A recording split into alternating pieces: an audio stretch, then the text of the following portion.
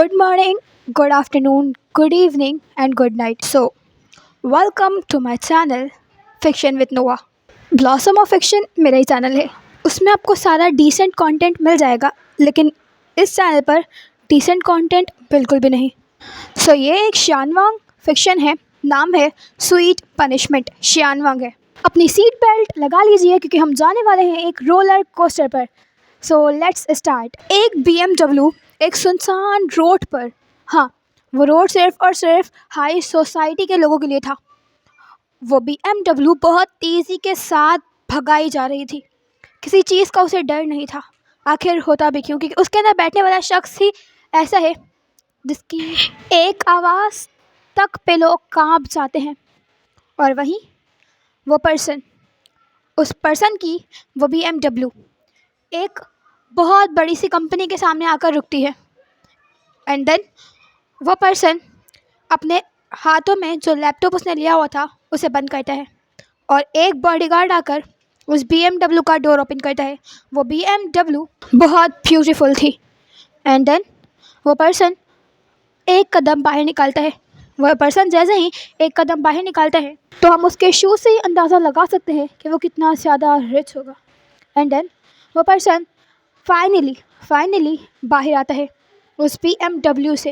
And जैसे ही वो उस BMW से बाहर आता है, एक पर्सन उसके सर के सामने वो ब्लैक कलर का अम्ब्रेला कर देता है। और फिर वो पर्सन अपनी उस कंपनी को देखता है जो आज वर्ल्ड की 3rd बेस्ट कंपनीज में से आती हैं। और वहीं वो पर्सन अपने कदमों को आगे बढ़ा देता है। उस पर्सन की ब्यूटी उसकी उन गोल्डन आई से बताई जा सकती थी। आखिर वो लैंस का सेकंड जेट जो है, हाँ, लान वांग जी, जो इस पूरी की पूरी लैंड कॉर्पोरेशन को ओन करता है। वो अपने कदमों को बढ़ाता हुआ जैसे ही उस कंपनी के अंदर जाता है, हम उस कंपनी का माहौल देख सकते हैं। हर इंसान अपने वर्क में बिल्कुल डेडिकेशन के साथ लगा हुआ है। आखिर कोई लगता भी क्यों ना, क्योंकि हर कोई जानता है कि एग्जैक्ट 8:30 पर यह पर्सन अपने कदम इस लैंड कॉर्पोरेशन में रखता है। इसी टाइम हर कोई अपने वर्क में लगा होता है। हाँ, बाकी टाइम भले से वो लोग थोड़ी बहुत बातें या मस्तियाँ कर ले, लेकिन इस टाइम कोई भी ऐसा नहीं करता, क्योंकि ये उनके बॉस के, उनके CEO के आने का टाइम होता है। वो पूरी की पूरी लैंड कॉर्पोरेशन को ओन करता है। इस पूरी लैंड कॉर्पोरेशन में 85% शेयर सिर्फ और सिर्फ लान वांग जी के हैं। बाकी के 5% शेयर्स उसके अपने घर वालों के हैं। 10% शेयर्स बाहर ऐसे ही कुछ लोगों के पास हैं जिनकी भी वैल्यू ट्रिलियंस में है। अभी लान वांग जी सबकी तरफ देखते हैं। एंड देन हर कोई उनको ग्रीट कर रहा होता है। उनको बार बार ये आवाज़ आ रही होती है अपने कानों में, good morning sir, good morning, good morning. Lan Wang ji एक की तरफ भी अपनी नजरें नहीं उठाते। एंड फ़ौरन से अपने कैबिन के अंदर चले जाते हैं। वो जैसे ही अपने कैबिन के अंदर, उनके पीछे पीछे उनके सेक्रेटरी कैबिन में नॉक करते हुए आती है। वो एक ओमेगा सेक्रेटरी थी जिसका नाम था वेंजिंग फ़ौरन से आती है एंड देन फ़ौरन से ग्रीट करती है लान वांग जी को। एंड देन बोलती है, गुड मॉर्निंग सर। इस बात पर लान वांग जी उसकी तरफ देखता है एंड अपनी उस CEO चेयर पर बैठ जाता है और फिर अपने उसी लैपटॉप को रखता है एंड दोबारा से उस लैपटॉप में कुछ ना कुछ करने लग जाता है। वहीं वेंजिंग हमेशा की तरह एक कप कॉफ़ी जाकर लाती है एंड देन वांग जी के बिल्कुल हैंड्स के पास रख देती है। लान वांग जी उस लैपटॉप पे अपना वर्क करते हुए ही उस कॉफ़ी को पीता है, जिसमें उसने अपनी वो ब्लैक कलर की वॉच पहनी हुई थी। एंड देन उसकी रिंग फिंगर में एक रिंग भी थी जो चमक रही थी। ना जाने क्यों आज लान वांग जी ज़रूरत से ज़्यादा थके हुए लग रहे थे। शायद कोई रीज़न था इसके पीछे। चलिए हम अब चलते हैं दूसरी साइड। नीवेसांग, तुमने आज भी इतनी लेट कर दिया। हाँ, ये बोलता हुआ विंग फ़ौरन से नीवेसांग की स्कूटी पर उसके पीछे बैठ जाता है और नीवेसांग अपनी उस स्कूटी को बहुत तेज़ी के साथ भगाने लग जाता है और बोलता है, वी भाई, तो आपको मुझे अपने एड्रेस बता देना चाहिए ना। अपने घर का एड्रेस बता दें तो मैं आपको वहीं पिक करने आ जाऊँ। आप हमेशा यहाँ पर इस बस स्टैंड पर आते हैं एंड देन मैं आपको यहाँ से पिक करता हूँ। हाँ, मैं तो सोच रहा हूँ कि आप पता नहीं कैसे चल कर आते होंगे। क्या आपके पाँव दर्द नहीं होते? हाँ, होंगे भी कैसे। वी भाई, आखिर आपको म्या को जो बताना है और उसके लिए आपको स्ट्रांग तो बनना होगा। जैसे ही नीवासांग ऐसा बोलता है, विंग उसके हेड पर एक बहुत तेज़ी का स्लैप करता है और बोलता है, नीवासांग तुम लोग किसके साथ मिलाते हो मुझे? किसके साथ? लिटरल में उस मेकअप की दुकान के साथ। उसके फेस में मेकअप हटा, उसके बाद देखना क्या बनती है वो। जैसे ही विंग ये बोलता है, नीवासांग हंसता है, बोलते हैं भाई पूरा का पूरा ऑफिस ये बात जानता है, हाँ सारे डिपार्टमेंट जानते हैं कि म्यामी आपके पीछे कितनी लट्टू है। इस बात पर सिर्फ और सिर्फ विंग जो कि अपनी उन सिल्वर आइस को रोल करते हुए बोलता है, नीवासांग जल्दी चलाओ, मैं आज भी लेट हो गया हूँ और ये वेंचाओ का बच्चा मुझे छोड़ेगा नहीं। जैसे ही विंग ये बोलता है, नीवासांग हंसता है एंड कुछ टाइम के बाद वो लोग कंपनी के बाहर थे एंड नीवासांग की अभी भी वो बातें ख़त्म नहीं हुई थी। वो बार बार म्याम्या से वोशन को टीज करे जा रहा था, विंग को टीज करे जा रहा था, क्योंकि हर कोई जानता है कि विंग के पीछे म्याम्या पागल है। और वहीं फ़ौरन से एक बार फिर से विंग नीवासांग के हेड पर पैट करते हुए बोलते हैं, नीवासांग शुक्र मनाओ कि तुम बेटा हो, मेरी तरह एक अल्फा नहीं, वरना मुझे तो लगता है वो म्याम्या तुम्हारे भी पीछे पड़ जाती। जैसे ही विंग की बात सुनता है वो स्माइल करता है और वो लोग बातें करते हुए ही कंपनी के अंदर एंटर करते हैं। वो लोग हमेशा की तरह लेट थे, हाँ सीईओ उनसे पहले ही आ चुके थे। कंपनी इतनी बड़ी है कि कभी सीईओ का ध्यान इन दोनों पर नहीं जाता, जो लगभग रेगुलर ही लेट आते हैं। वो लोग जैसे ही अपने डिपार्टमेंट की तरफ बढ़ते हैं, उन लोगों के फेस पर जो स्माइल थी वो अचानक से बिल्कुल ख़त्म हो जाती है, क्योंकि जैसे ही उनकी नज़र उनके सामने खड़ूस मैनेजर पर पड़ती है, वो दोनों एक दूसरे की तरफ देखते हैं, अंडर अपनी स्माइल को गायब कर लेते हैं। हाँ, वहाँ वेंचाओ खड़ा था जो हमेशा की तरह अपने एक हाथ को अपने उस कमर पर रखे सिर्फ और सिर्फ उन दोनों की तरफ देख रहा था और उसने कहा, तुम दोनों आज भी लेट हुए हो? हाँ, तुम्हारी कंपनी है जो तुम्हारा जब दिल चाहेगा तब तुम यहाँ आओगे। लगता है तुम लोग यहाँ पर कोई खेल खेलने आते हो। हाँ, खेल खेलने आते हो, यहाँ पर मजाक करने आते हो, क्या करने आते हो? ये बोलता हुआ वेंचाओ उन दोनों की तरफ ग्लेयर कर रहा था। इस बात पर हल्का सा ऑकवर्ड से स्माइल वी ने कहा और बोला, मैनेजर, हाँ वो मेरी मॉम के डैड के मदर के सन के अंकल के आंट के ग्रैंडफादर के ग्रैंडमदर के डैड की मदर के सन के ब्रदर इन लॉ की डेथ हो गई थी। इस वजह से हम लोग एक्चुअली रात भर जाग रहे थे, पूरी रात जागने की वजह से हमारी आँख सुबह नहीं खुली। जैसे ही वुशन ने ये कहा, वेंचाओ ने कहा, जल्दी से काम पर लगो, पागल समझा हुआ है क्या मुझे? हाँ, इस बात पर नीवासांग ने हल्के से कहा, अच्छा है, बहुत जल्दी एक्सेप्ट कर लिया कि आप पागल ही हैं। इस बात पर वेंचाओ ने थोड़ा चिल्लाते हुए कहा, क्या कहा तुमने? इस बात पर नीवासांग ने कहा, मैंने तो कुछ नहीं कहा, कुछ भी नहीं कहा। इस बात पर सिर्फ और सिर्फ वेंचाओ ने कहा, तुम दोनों, ये लास्ट वार्निंग है तुम लोगों की, वरना नेक्स्ट टाइम से अपनी जॉब को तुम भूल जाना एंड लास्ट टाइम के प्रोजेक्ट के क्रेडिट को और उसके बोनस को भी भूल जाना। इस बात पर विंग ने कहा, नहीं नहीं नहीं नहीं नहीं, हाँ, हम तो जल्दी आएंगे, है ना जल्दी आएंगे ना नीवासांग। इस बात पर नीवासांग बोलते हैं, हाँ वी भाई, हम जल्दी आएंगे। ये बोलते हुए वो दोनों अपनी उस डेस्क पर चले जाते हैं और वो लोग जैसे ही अपने डेस्क पर जाते हैं, हर किसी की नज़र विंग पर थी। हाँ, आखिर वो था भी तो इतना हैंडसम अल्फा। विंग जैसे ही अपनी चेयर पर बैठा था, वहाँ पर एक पर्सन, हाँ एक ओमेगा थी, जो अपनी हील्स के साथ टक टक करते हुए वहाँ आई थी और वो विंग के सामने खड़ी हो गई और उसने एक कप कॉफ़ी जिसको जो हाथों में थी उसे विंग की डेस्क पर रखी। जैसे ही विंग ने अपने वर्क को करते हुए, अपनी उस फाइल को चेक करते हुए फ़ौरन से म्यामिया की तरफ देखा और उसने अपनी आइज़ को टाइटली बंद करा। इसको भी अभी आना था। उसने यही सोचा माइंड में, लेकिन कुछ बोला नहीं। आखिर बॉल भी कह सकता है, क्योंकि म्यामिया पीआर डिपार्टमेंट की हेड है, नहीं बोल सकता। वुशन ने अपने फेस पर अपनी वही चार्मिंग स्माइल लाई और म्यामिया की तरफ देखा, जिस पर म्यामिया की तो सांसें ही रुक गई। और फिर म्यामिया ने कहा, विंग क्या हुआ, तुम आज भी लेट हो गए?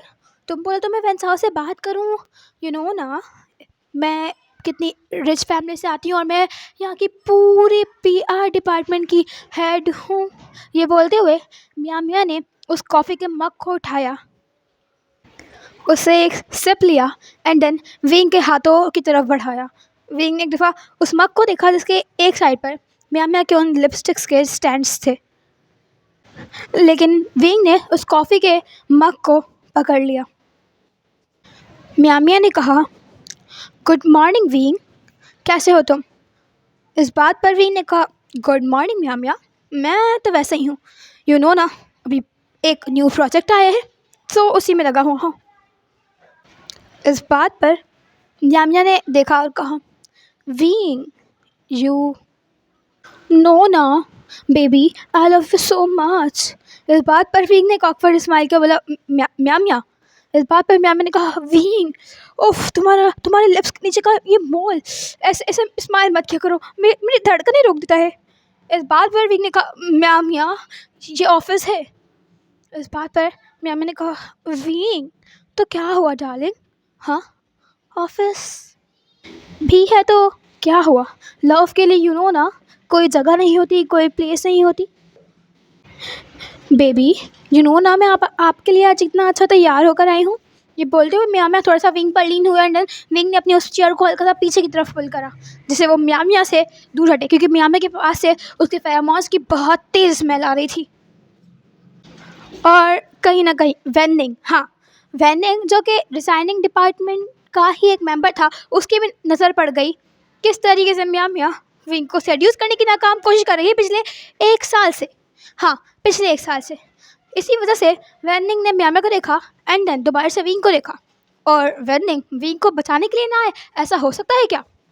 वैनिंग अपने हाथों में 5-6 फाइल्स लेकर आया एंड देन उसने फ़ौरन से विंग के सामने रख दिया और कहा, विंग, एक्चुअली ये फाइल्स तुम्हें क्रॉस चेक कर देनी है वैन चाओ सर को, सो जल्दी से ये काम करो। एंड म्यामिया, वो आपको एक्चुअली वैन चाओ सर बुला रहे हैं, शायद उनको कोई काम होगा। जैसे ही म्यामिया ने अपने और विंग के बीच में वैनिंग का इंटरप्शन सुना, उसे सिर्फ और सिर्फ वैनिंग की तरफ ग्लेयर किया और कहा, तुम हमेशा बीच में क्यों आते हो?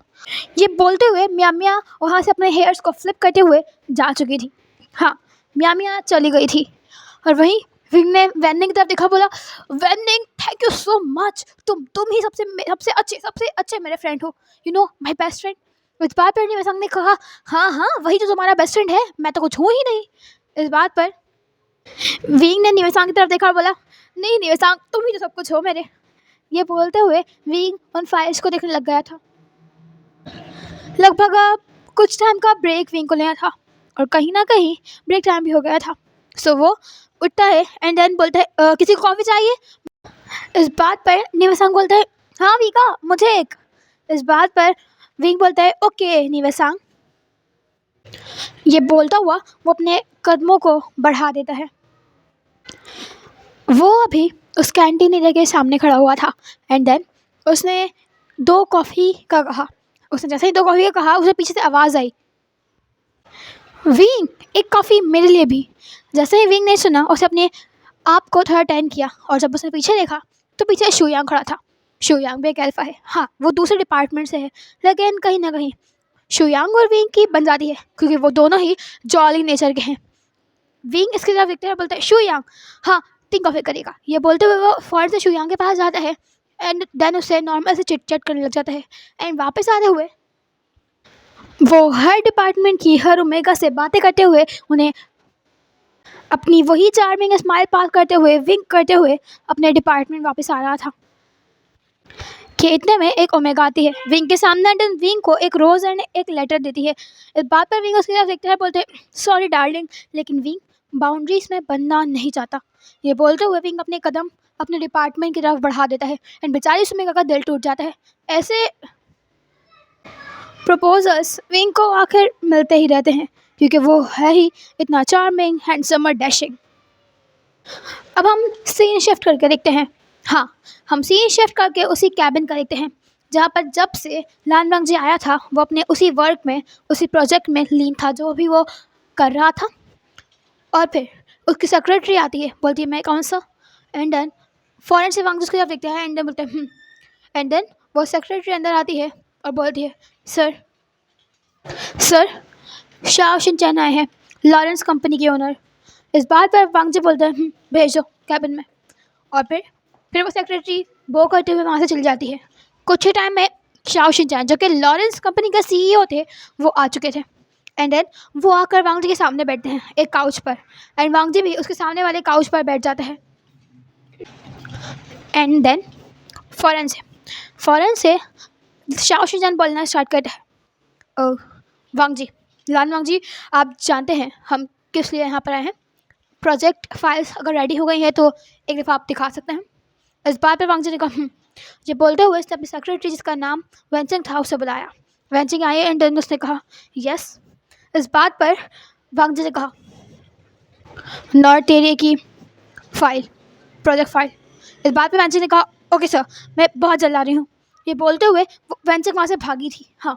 हाँ, उस कैबिन से तो वो आराम से निकली थी, लेकिन कैबिन से निकलते ही वो बहुत तेज़ भागी थी डिज़ाइन डिपार्टमेंट की तरफ एंड आर्किटेक्ट डिपार्टमेंट की तरफ। आर्किटेक्ट डिपार्टमेंट में शुयांग था, वो भागी थी एंड फॉर डिज़ाइनिंग डिपार्टमेंट में आई थी। उसने कहा था हे फाइल रेडी हो गई ना, बॉस मांग रहे हैं, तुम लोग अभी तक रेडी नहीं की। इस बात पर फ़ौरन से वेंसिंग ने कहा हाँ रेडी कर ली है, सारी फाइल्स रेडी हैं। और उसने आसपास देखा तो हर कोई वर्क में लेट था और हमारा विंग ही कॉफ़ी पी रहा था क्योंकि वो कब से काम में लगा हुआ था। अभी वो अपने शायद मोबाइल फ़ोन में कुछ कर रहा था या कुछ देख रहा था, पता नहीं। लेकिन वेंसाओ की जैसे ही नज़र गई उसने कहा विंग तुम क्या कर रहे हो, चलो फाइल्स लो और साइड चलो। इस बात पर विंग फ़ौरन से खड़ा हो, उसने बोला यस सर। इस बात पर वेंसाओ ने कहा हाँ यहाँ सिर्फ कॉफ़ी पीने आते हैं।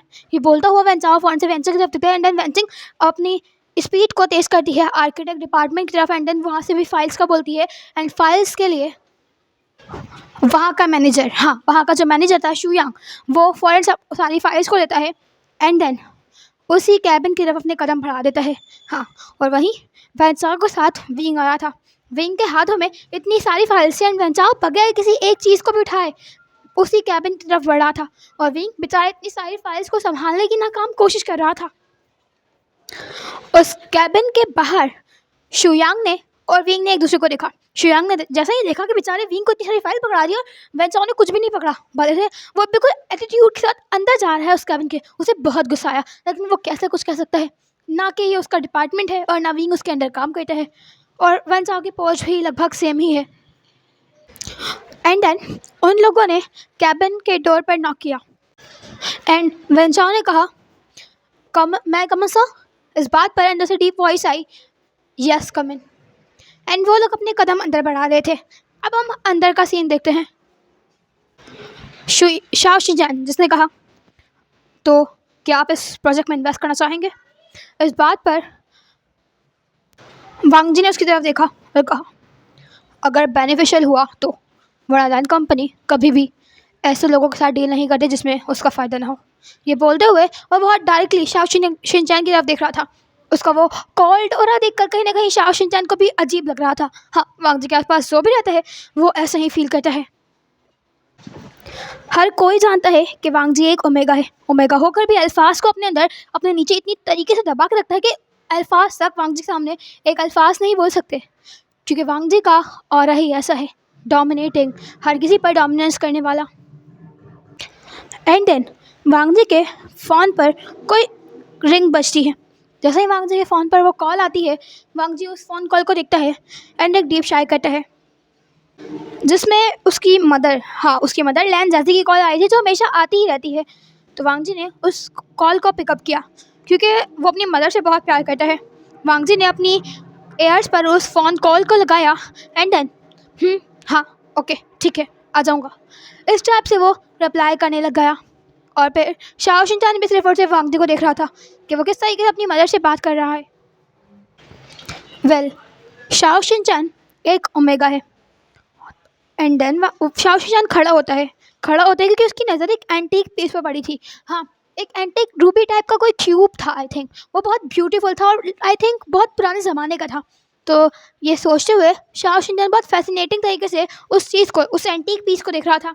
शाओ शिनचैन ने अपनी कदम उस एंटीक पीस की तरफ बढ़ाए एंड वही वांग जी जिसके कानों में अभी भी वही फ़ोन लगा हुआ था। जैसे ही वो फ़ोन कॉल कट होता है उससे आवाज़ आती है मैं आई कम इन सर। वांग जी बोलते हैं यस कम इन। ये बोलता हुआ वो जैसे ही पीछे पलटता है, उसके पीछे शाओ शिनचैन जो अभी उस एंटीक पीस को टच करने ही वाला था कि वो देखता है वांग जी पलटा है एंड देन जैसे ही वांग जी टर्न होता है वो शाओ शिनचैन को बिल्कुल इतना करीब देखकर वो बिल्कुल शॉक हो जाता है एंड देन उसके जो फुट्स हैं वो थोड़ा सा लड़खड़ा जाते हैं, वो डिसबैलेंस हो जाता है एंड अचानक से वो शाओ शिनचैन के ऊपर गिर जाता है। अभी सीन कुछ यूँ था कि शाओ शिनचैन नीचे था एंड वांग जी उसके ऊपर एंड वैसे ही उस कैबिन का डोर ओपन हो गया था एंड देन विंग जो अपनी उन फाइल्स को संभालते हुए आ ही रहा था, उसकी नज़र पड़ती है उस सीन पर एंड उसके हाथों से वो सारी की सारी फाइल्स नीचे गिर जाती हैं। एंड वहीं वैन चाओ और शुयांग अपना मुंह खोले उन दोनों को देख रहे थे, और जैसे ही उन फाइल्स के गिरने की आवाज़ वांग जी सुनता है, वो बहुत अचानक से बिल्कुल खड़ा होने लग जाता है। वो बहुत डिसबैलेंस हुआ था तभी वो गिर गया था, एंड देन वो अचानक से बिल्कुल जल्दी से खड़ा होता है एंड देन अपनी नज़रों को उस तरफ घुमाता है। वो जैसे ही उस तरफ घुमाता है, उसकी आंखें बड़ी हो जाती हैं। वहाँ पर वैन चाओ, शुयांग एंड विंग खड़े हुए थे। विंग के हाथों से वो सारी फाइल्स नीचे गिरी हुई थी। एंड देन वैन चाओ ने कहा, बस लगता है हम गलत टाइम पर आ गए। ये बोलते हुए वैन चाओ अपने कदमों को पीछे की तरफ ले रहा था, और वहीं वांग जी जिसने उन सबको देखा, कुछ सेकंड के लिए उसके फेस पर कुछ एक्सप्रेशन थे, लेकिन वो एक्सप्रेशन काम एक्सप्रेशन में चेंज हो चुके थे। एंड देन वांग जी ने कहा, नहीं बैठो। ये बोलते हुए वो शाओशिन की तरफ देखता है, जो कि खड़ा हो चुका था। शाओशिन चैन भी थोड़ा ऑकवर्ड हो गया था एंड देन वांग जी भी थोड़ा ऑकवर्ड हो गया था। वो कभी इतना क्लमजी नहीं था, लेकिन ये कुछ इतना सडन हुआ कि वांग जी समझ नहीं पाया कि आखिर ये हुआ क्या। वेल अभी शाओशिन चैन वापस उस काउच पे बैठा था एंड देन वांग जी जिसने अपने फ़ोन को टेबल पर रख दिया एंड देन बैठ गया उस काउच पर। एंड वहीं विंग जो कि वैन चाओ के बराबर में वहीं खड़ा हुआ था, और वैन चाओ एक एक फाइल ले लेकर वांग जी और शाओ शिनचैन को दिखा रहा था। एंड वहीं विंग जो कभी शाओ शिनचैन की तरफ देखता, कभी वांग जी की तरफ, कभी शाओ शिनचैन की तरफ, कभी वांग जी की तरफ, बस वो देखे जा रहा था। उसके हाथों में वो सारी फाइल्स थी।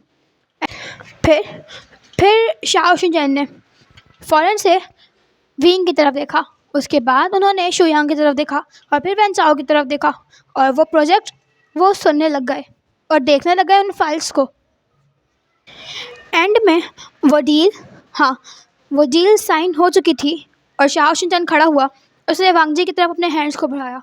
वांग जी ने पहले कुछ सेकंड तक उस हैंड को देखा, शाओ शिनचैन ने कुछ उस हैंड्स को देखा, एंड देन उसके बाद उसने उन तीनों की तरफ देखा। हाँ, वैन चाओ, शुयांग और विंग जो तीनों सिर्फ शाओ शिनचैन और वांग जी को देख रहे थे। प्रोजेक्ट उन्हें एक्सप्लेन करना था, तभी वो लोग यहाँ पर खड़े हुए थे। और फिर वांग जी ने कुछ सोचा, लगभग 10 सेकंड हो चुका था, और शाओ शिनचैन सोचा था कहीं क्या ये हैंडशेक नहीं करेंगे, लेकिन एंड देन वांग जी ने अपने हाथों को बढ़ा दिया, क्योंकि ये शाओ शिनचैन की डिसरिस्पेक्ट होती। एंड देन हम दोनों ने हैंडशेक किया, और शाओ शिनचैन ने स्माइल करते हुए कहा, आई होप हमारी ये डील बहुत अच्छी जाएगी। इस बार पर वांग जी ने भी कहा। शाओ शिनचैन ने अपने कदम बाही की तरफ बढ़ा दिए। उसने पलट कर विंग की तरफ देखा एंड अपने पेन पॉकेट से एक कार्ड बाहर निकाला। विंग उस कार्ड को देख रहा था, और फिर शाओ शिनचैन ने धीरे से वो कार्ड विंग की तरफ आगे बढ़ाया। विंग ने पहले शाओ शिनचैन की तरफ देखा एंड देन उस कार्ड को ले लिया, और फिर शाओ शिनचैन ने विंग को एक विंक किया और कहा, हे हैंडसम, अगर फ्री हो तो मुझसे भी मिलना, वेट करूँगा तुम्हारा। ये बोलते हुए शाओ शिनचैन वहाँ से निकल चुका था। एंड वही विंग जिसके हाथ में वो कार्ड था, वो उस कार्ड को सिर्फ देखे जा रहा था, बार बार वो उस कार्ड को देख रहा था। एंड उसने उस कार्ड को देखा, फिर एक दफ़ा वैन चाओ और शुयांग की तरफ देखा, जो अपनी आंखें खोल कर सिर्फ और सिर्फ विंग को देख रहे थे, क्योंकि लॉरेंस कंपनी इतनी कोई छोटी मोटी कंपनी नहीं है, और उसके सीईओ ने विंग को अपना कार्ड दिया और उसे किस तरीके से एडजस्ट किया है, ये बात तो समझ आ रही है कि वो शाओ शिनचैन विंग में इंटरेस्टेड है। एंड देन विंग ने वांग जी की तरफ देखा, तो अपने कोल्ड आई से विंग की तरफ देख रहा था। फिर विंग ने कुछ भी नहीं करा, अपने उस कार्ड को फ़ौरन से अपने उस शर्ट के अंदर, उस पॉकेट के अंदर डाल लिया। एंड देन उसे कहा, चलते हैं हम सर। ये बोलते हुए वो तीनों वांग जी को बो करते हैं, और वांग जी बोलता है, गुड। ये बोलते हुए वो तीनों जा चुके थे, और वही वांग जी उस बंद कैबिन के डोर को देख रहा था। और फिर वो अचानक से चेयर पर बैठ गया, एंड देन उसने अपने आप को उस चेयर पर लीन कर लिया, और उसने एक डीप शाय किया, उसने एक गल्प किया। एंड देन उस टेबल पर एक उसका जो फ़ोन रखा था वो रिंग करता है। वांग जी देखता है शायद उसमें कोई मैसेज आया है, और वांग जी अपने उन कांपते हाथों के साथ उस चैट बॉक्स को ओपन करता है। वो जैसे ही उस मैसेज को देखता है, उस मैसेज में कोई एड्रेस था। जैसे ही वांग जी उस एड्रेस को देखता है, उसके फॉरहेड से एक स्वेट की बूंद नीचे गिरती है। वांग जी वांग जी के हैंड्स शिवर करने लग जाते हैं। वांग जी अपने फोरहेड से उन स्वेट्स को साफ करता है एंड देन वापस से उस एड्रेस की तरफ देखने लग जाता है। वो ये एड्रेस बहुत अच्छे से जानता है। उसे अपने कांपते हाथों से ओके टाइप किया और जैसे ही उसने ओके टाइप किया उसके हाथों से उसका मोबाइल फ़ोन छूट गया था एंड देन वो नीचे गिर गया था और वांग जी ने खुद को उस चेयर पर लीन कर लिया था। लेकिन दोबारा से वांग जी का वो फ़ोन रिंग करता है। उसमें शायद एक और मैसेज आया था। वांग जी दोबारा से अपने फ़ोन की तरफ देखते हैं, अपने हाथों को बढ़ाता है और फिर उस फ़ोन को उठाता है और धीरे से उसमें आए हुए मैसेज को देखता है जिसमें सिर्फ कुछ वर्ड्स लिखे हुए थे। 2 घंटे और 8 मिनट में, बस इतना ही लिखा हुआ था। वांग जी समझ चुका था कि उसे 2 घंटे 8 मिनट में इस एड्रेस पे पहुंचना है। शायद ये पर्सन उसे टाइम दे रहा है, ये सोचता हुआ वांग जी अपने आप को काम डाउन करता है और उसको अजीब सी बेचैनी होती है अपने दिल में। बहुत उसे अजीब लग रहा होता है, डर लग रहा होता है। वांग जी गहरी गहरी सांसें लेने लग जाता है। उसकी आंखों में इतना डर था, हर कोई साफ साफ देख सकता था।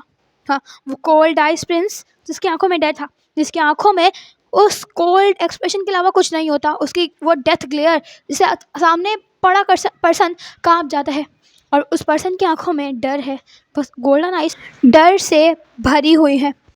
वांग जी बस बार बार उस मैसेज को पढ़े जा रहा था, उस एड्रेस को पढ़े जा रहा था एंड देन उस मैसेज को पढ़े जा रहा था। तभी उसके कैबिन के डोर पर नॉक होता है। जैसा ही नॉक होता है वो खुद को काम डाउन करता है और फिर वहाँ से एक ग्लास वाटर लेता है एंड देन जल्दी से उस पूरे ग्लास ऑफ वाटर को ख़त्म करता है और फिर वो बोलता है कम इन। ये बोलता है वो खुद को ठीक करता है और अब वो वैसे ही कोल्ड आइस्ड और रूड प्रिंस बन चुका था। इसे कुछ टाइम पहले जो उसके फेस पर डर के इमोशंस थे, अब वो कोई इमोशन ही नहीं थे उसके फेस पर। उसका फेस कोल्ड और स्टिफ था। एंड वही वैन सिंह अंदर आ गई थी। उसने कहा आपकी मीटिंग है वैन कॉर्पोरेशन के साथ। वैन कॉर्पोरेशन वर्ल्ड की सेकंड हाईएस्ट कॉर्पोरेशन में आती है जिसका बिजनेस रशिया से स्टार्ट हुआ था। हाँ, उनकी मेन ब्रांचेस वैन कॉर्पोरेशन की रशिया में थी क्योंकि जो वेंस थे उनके 4 फादर्स रशिया से थे एंड देन बाद में उन लोगों ने अपनी कुछ ब्रांचेस को चाइना में लेकर आ गए। लेकिन पहले वो लोग रशिया में ज़्यादा काम किया करते थे और ये कहना भी है कि जो वेंस है वो माफिया, वो अंडरग्राउंड वर्ल्ड से कनेक्शन रखते हैं। वांग जी दोबारा से अपने उस मोबाइल फ़ोन को लेता है, अपने उस कोड को ठीक करता है, कुछ फाइल्स को अपनी सेक्रेटरी को देता है एंड देन अपने कदमों को बढ़ा देता है उस मीटिंग रूम की तरफ। और अभी वांग जी उस मीटिंग रूम में बैठा हुआ था। वहाँ पर वैन कंपनी से भी कुछ लोग थे, वहाँ पर लॉरेंस कंपनी से भी कुछ लोग थे, अलग अलग कंपनी से वहाँ पर बहुत सारे लोग थे जो अपना प्रोजेक्ट्स बड़े इंटरेस्ट के साथ और बगैर किसी गलती के बहुत डेडिकेशन के साथ प्रेजेंट कर रहे थे और वांग जी सारे प्रोजेक्ट्स देख रहा था। तभी अब बारी थी लैंड कॉर्पोरेशन की, जिसके लिए वांग जी फ़ौरन से डिज़ाइनिंग डिपार्टमेंट के हेड यानी मैनेजर वेन चाओ की तरफ देखता है एंड वेन चाओ फ़ौरन से उस डोर की तरफ देखने लग जाता है। विंग कब आएगा, वो कर क्या रहा है आखिर, वेन चाओ के दिमाग में यही चल रहा था कि तभी वो डोर ओपन होता है जहाँ से विंग सबको ग्रीट करता हुआ अपने हाथों में 2 फाइल्स लिए वहाँ पर पहुँचता है। उसके हाथों में उसका एक लैपटॉप भी था एंड एक USB भी एंड वो फ़ौरन सबको बोलता है सॉरी फॉर लेट, ये बोलता हुआ वो फ़ौरन से हड़बड़ाते हुए उस प्रोजेक्टर के सामने खड़ा हो जाता है एंड देन लैपटॉप में उस USB को कनेक्ट करता है एंड देन उस प्रेजेंटेशन को बहुत एलिगेंटली और बहुत ज़्यादा प्रोफेशनल तरीके से एक्सप्लेन करने लग जाता है। अभी कहीं से भी वो जॉली नेचर वाला, वो फ्लर्टी नेचर वाला वो विंग नहीं लग रहा था। हाँ, अभी वो बिल्कुल प्रोफेशनल अंदाज में उस पूरे प्रोजेक्ट को हैंडल कर रहा था और वांग जी की वो गोल्डन आई सिर्फ और सिर्फ विंग पर थी। हाँ, और वो सारी विंग की बातें सुन रहा था, सब कुछ सुन रहा था। उसने बहुत दफ़ा विंग को देखा है और विंग को ऐसा लगता है कि वांग जी उसे नोटिस नहीं करता। लेकिन फ़िलहाल अभी तो वांग जी उस पूरे प्रोजेक्ट को देख रहा था, सुन रहा था और कहीं ना कहीं कुछ आइडियाज़ इसमें वांग जी के भी थे जिन्हें वो देख रहा था। हाँ, वो विंग के इस एक्शन से और विंग ने जिस तरीके से इस प्रोजेक्ट को एक्सप्लेन किया है और डिज़ाइन किया है, इससे वो सेटिस्फाई तो है। एंड देन उसने उसे अजीब सा लगा। हाँ, उसको कुछ याद आया। कुछ जैसे ही उसके माइंड में स्ट्राइक किया, उसकी आंखों में वो डर साफ साफ हम देख सकते थे। वो गोल्डन आइज वापस से डर। वहाँ पर बिल्कुल छोटी छोटी बॉटल्स रखी हुई थी वाटर की। तो वांगजी ने वहाँ से एक बॉटल वाटर की उठाई एंड देन उसे जल्दी जल्दी फिनिश किया। और फिर वो मीटिंग अच्छे से ओवर हो चुकी थी। वांगजी ने जिन जिनसे कॉलब्रेट किया था उनसे हैंडशेक किया एंड वो लोग जाने लग गए। और फिर वांगजी ने वेंचाओ की तरफ देखा एंड विंग की तरफ देखा। और वेंचाओ को तो पक्का पता था कि ये लान वांगजी। विंग लेट हो गया और वांगजी को लेट पर्सन लोग बिल्कुल पसंद ही नहीं है। लेकिन वांगजी को ये नहीं पता कि विंग रेगुलर लेट आता है। हाँ, क्योंकि वांगजी कभी नॉर्मल एम्प्लॉयज़ पर कैसे ध्यान दे। वो एक सीईओ है और कंपनी बहुत बड़ी है, तो अब वांगजी एक एक एम्प्लॉय पर ध्यान देता तो नहीं फिरेगा। ये काम तो मैनेजर्स का होता है, मैनेजर्स की सेक्रेटरी का।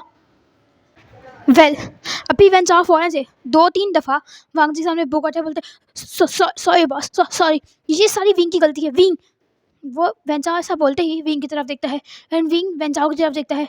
वेंचाओ बोलता है विंग सॉरी बोलो, तुम लेट आए हो। इस बात पर विंग फ़ौरन से वांगजी को बुक आता है, बोलता है सॉरी सॉरी सर। ये बोलता हुआ विंग खड़ा हो जाता है एंड देन विंग के वो सिल्वर आइस वांगजी की तरफ देख रही थी। विंग बहुत अच्छे तरीके से जानता है कि वांगजी एक ओमेगा है।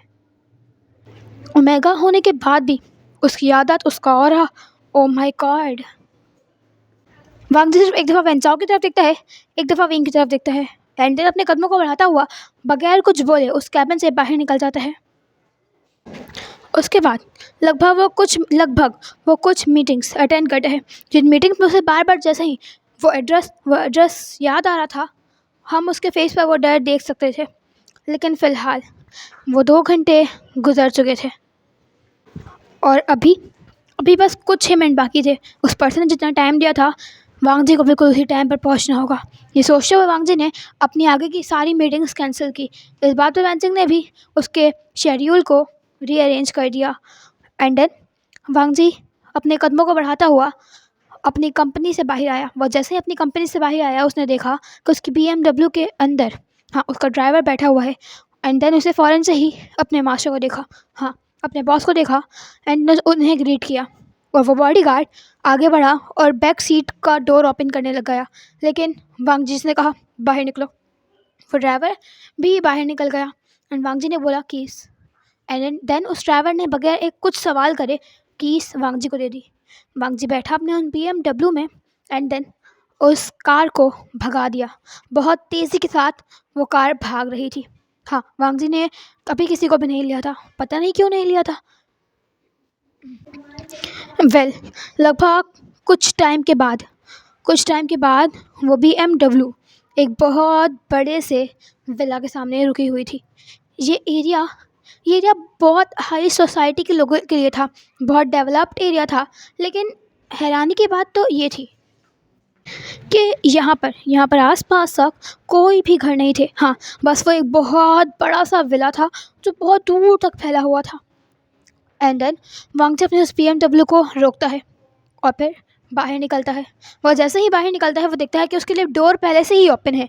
हाँ, वहाँ के जो गार्ड्स थे उन्होंने डोर पहले से ही ओपन कर दिया था। वांगजी समझ चुका था कि उस पर्सन ने उस डोर को उसके लिए ओपन करा हुआ है, क्योंकि वो जानता है कि वांगजी आएगा।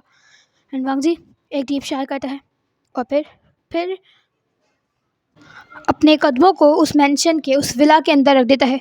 उस विला की ज़्यादातर चीज़ें ब्लैक कलर में थी। हाँ, वो विला ज़्यादातर ब्लैक चीज़ों से कवर था। वेल, वांगजी अभी जैसे ही अंदर जाता है, वहाँ के सर्वेंट्स वांगजी को ग्रीट करते हैं एंड वांगजी भी बस एक नोट करता है।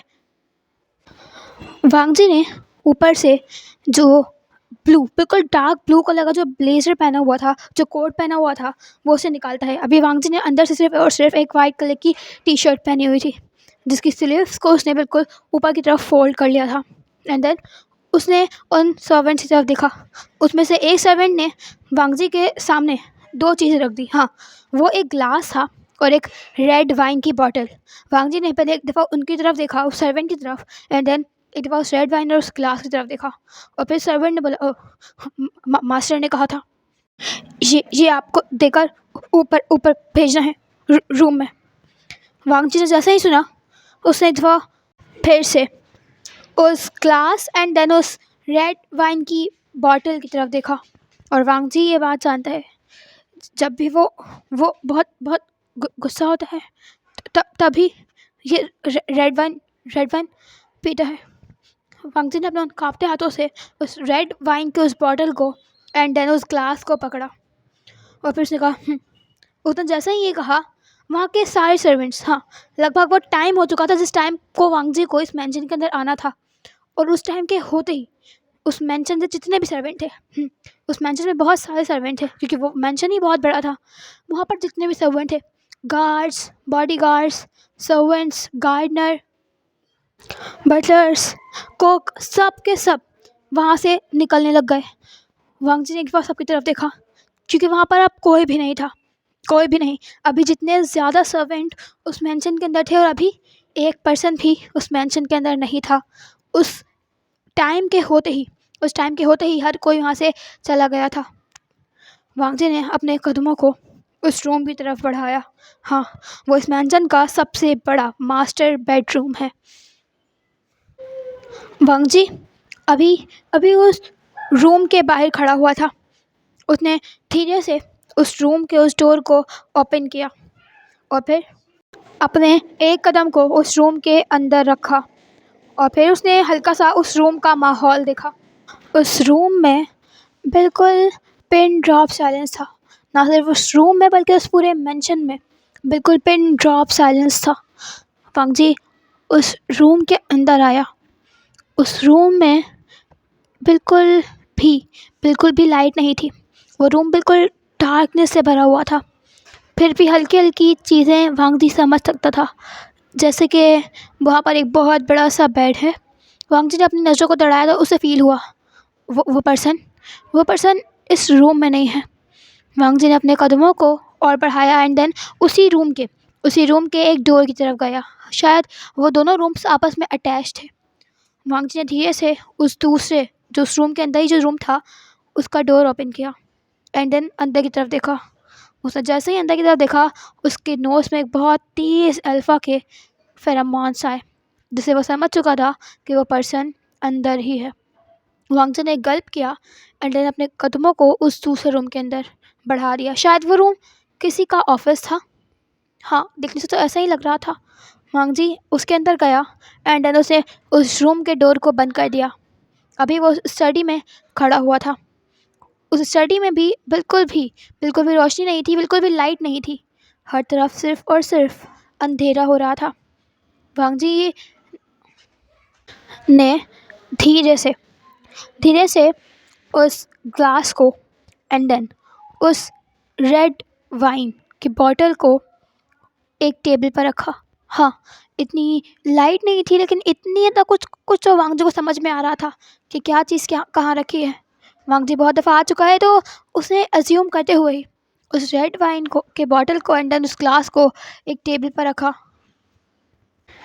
जैसे ही वांग जी ने ऐसा किया कि उसे अपने अपने नेक पर किसी का बहुत तेज़ हाथ फील हुआ। हाँ, किसी पर्सन ने शायद वांग जी के उस नेक को बहुत टाइटली दबाया था एंड देन उसे उस वॉल पर पुश करा था।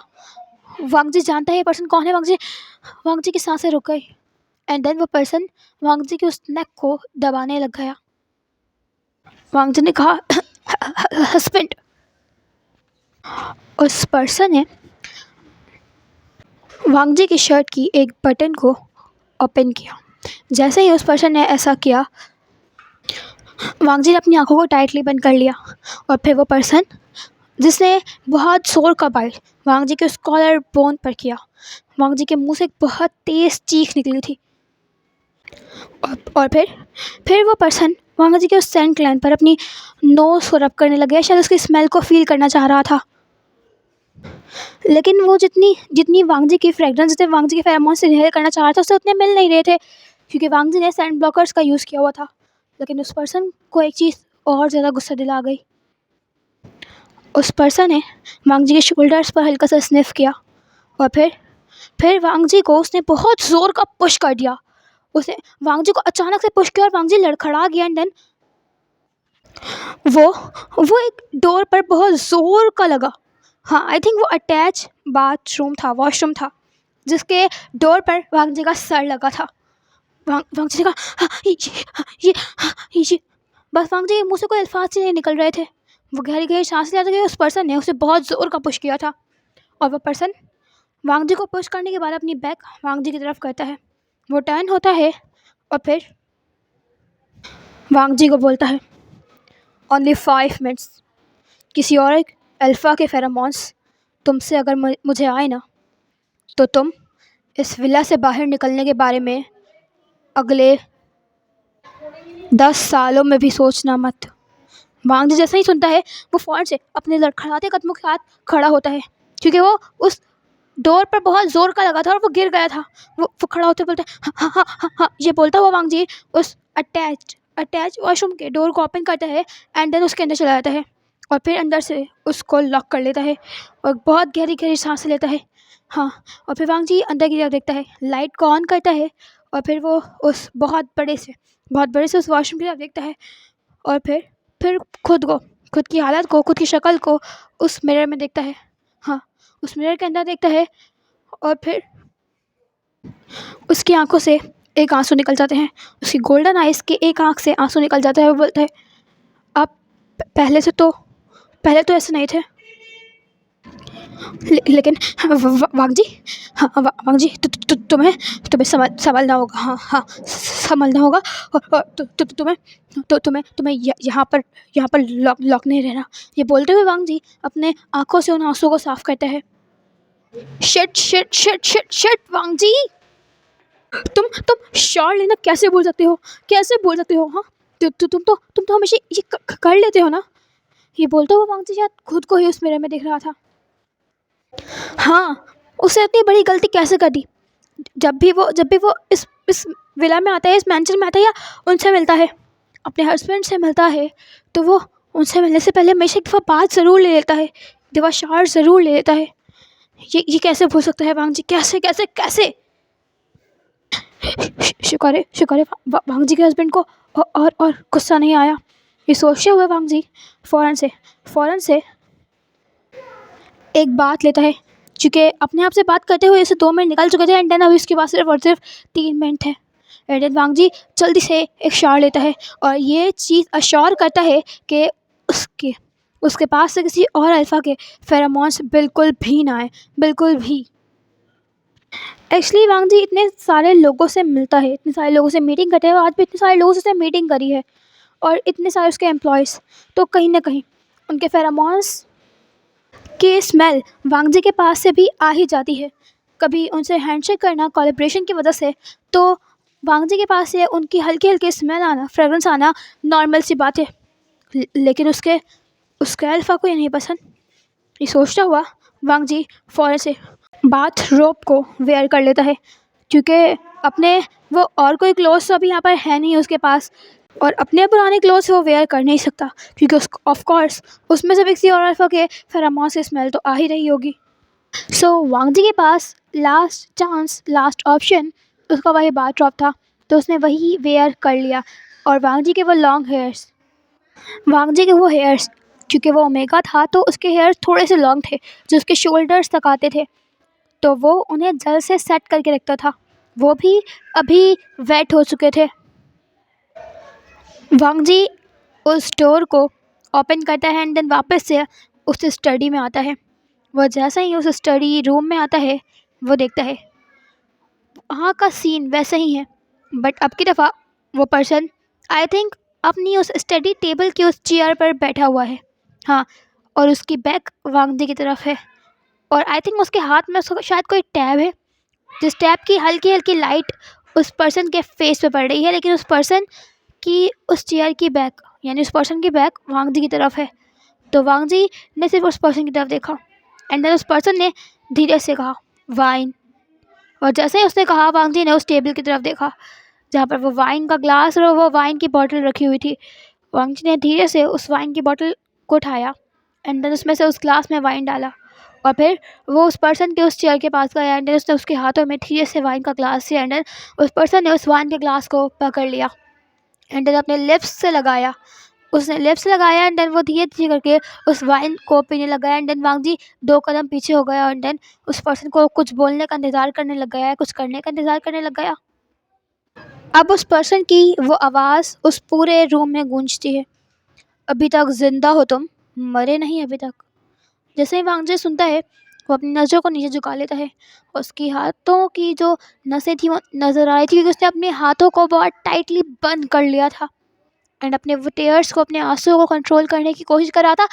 बात कितनी अजीब है ना, वो पर्सन, वो कोल्ड रूड आइस प्रिंस जिसके सामने कोई आवाज़ नहीं निकालता, जिसके ग्लेयर से लोग डर जाते हैं, कांप जाते हैं, जो इतना रिच है कि किसी को भी अपनी उंगलियों पर नचा सकता है, उसकी आंखों में आंसू हैं, वो इस सामने उस चेयर पर बैठे हुए पर्सन के हाथों की एक शायद कठपुतली है, एक डॉल है जिसे वो पर्सन जब चाहे जैसे चाहे नचा सकता है।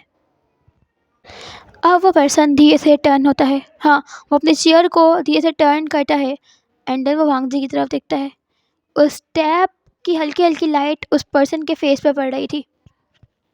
उस रूम में, उस स्टडी में कहीं से भी हल्की सी भी रोशनी नहीं आ रही थी, बस उस टैप की रोशनी उस पर्सन के फेस पे पड़ रही थी, उस टैप की वो लाइट उस पर्सन के फेस पे पड़ रही थी, जिससे हम उस पर्सन की वो सिल्वर आइज देख सकते हैं। एंड देन वो पर्सन एक स्मिर्क करता है। वो स्मिर्क जैसा ही करता है हमें उसके लिप्स के नीचे का वो मोल दिखाया जाता है।